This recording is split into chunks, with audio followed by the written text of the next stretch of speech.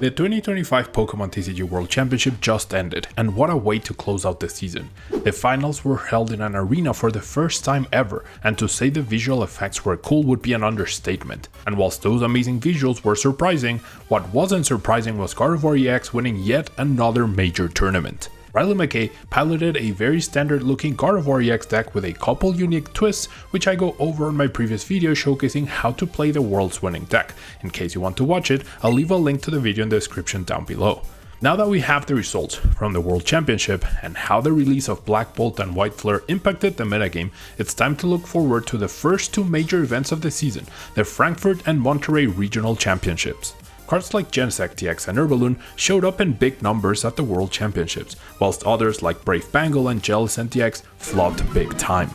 Now, we have a much better understanding of the post-black and white metagame at the highest level of play, so in today's video, we will be talking about a more refined tier list as we head full steam into the new season. Don't forget that you can watch videos 24 hours earlier if you become a channel member by following the link in the description below. This kind of support helps me continue to create content like this, so please consider becoming a channel member if you enjoy the content. In Tier 4, we have decks that were played at the World Championships to very low numbers and had little or no success at all. And yes, any deck not shown here is probably not good enough to compete or bring to a regional tournament just yet. First, we have our Charlatan EX, a deck that has slowly but surely withered away since rotation and mainly due to its limited damage output.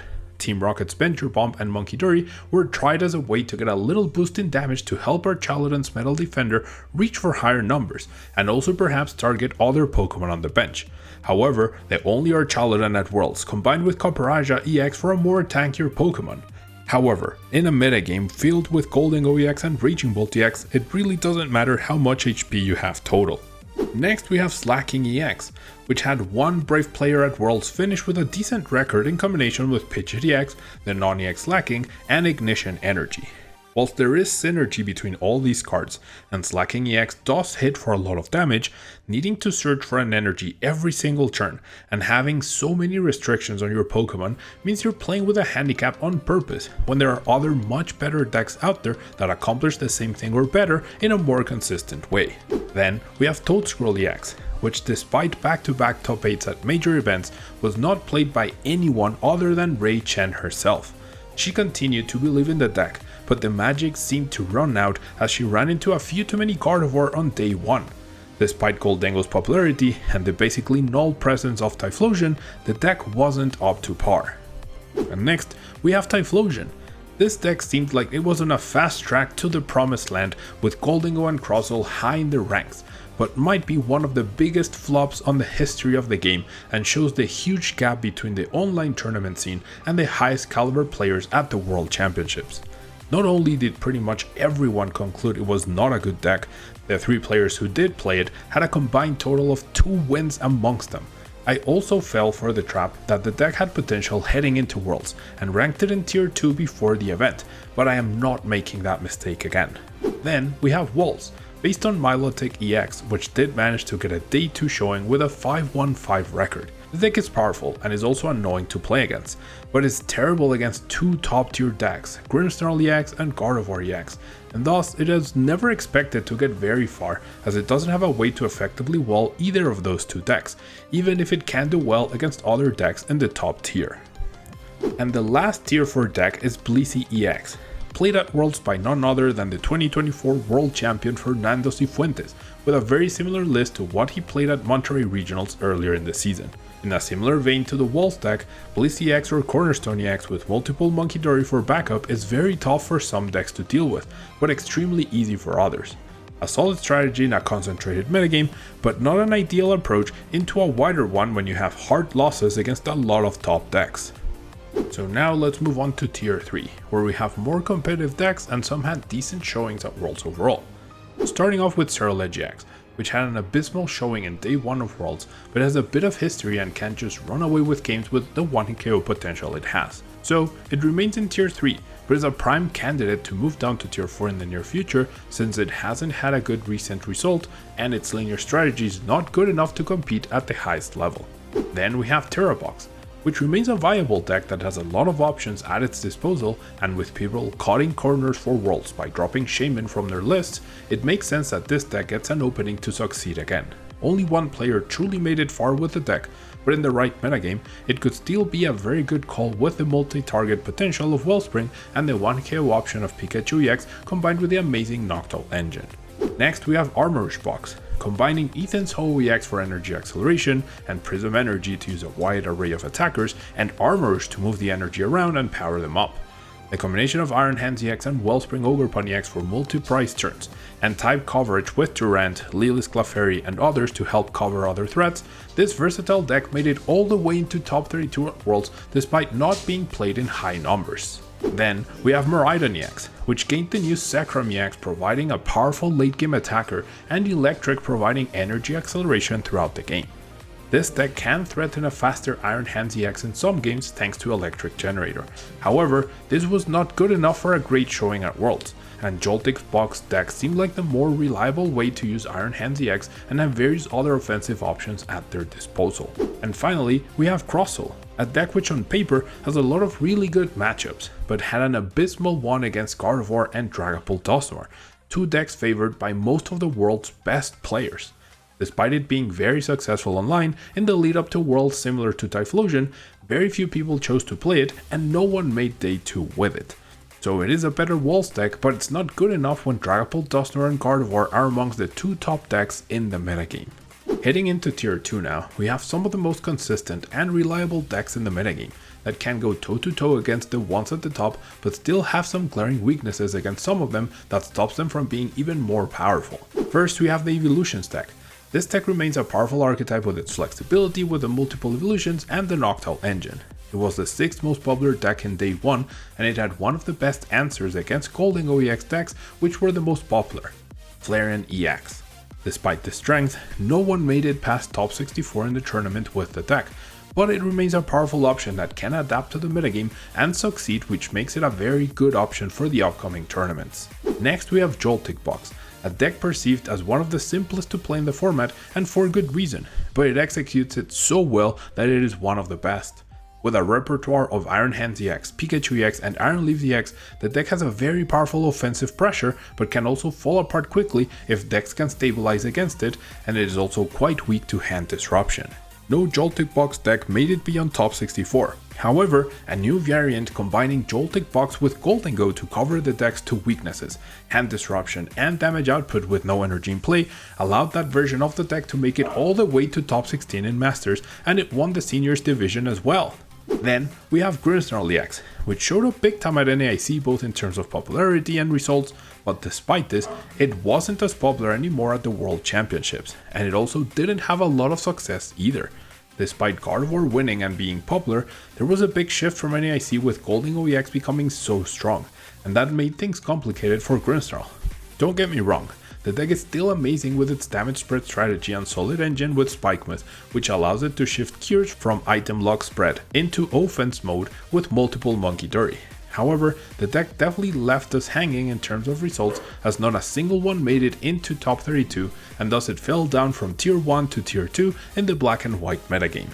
Next, we have Zoroark EX, a deck that continues to show its power with good Gardevoir and Dragapult matchups, and despite not being played in high numbers, 2 of them made it all the way into the top 8.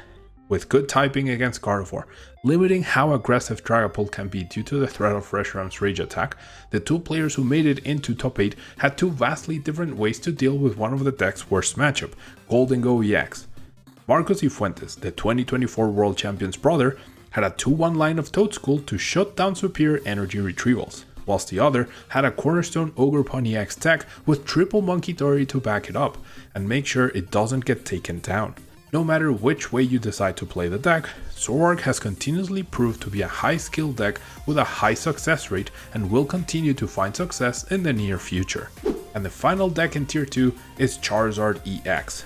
After a decent showing at NAIC, the rise of Gholdengo EX, as well as the presence of Raging Bolt EX and Gardevoir EX at the top, that meant that this deck had some pretty good matchups heading into Worlds. 2 Charizard decks made it all the way to the top 8, combined with Pidgeot and Dusknoir.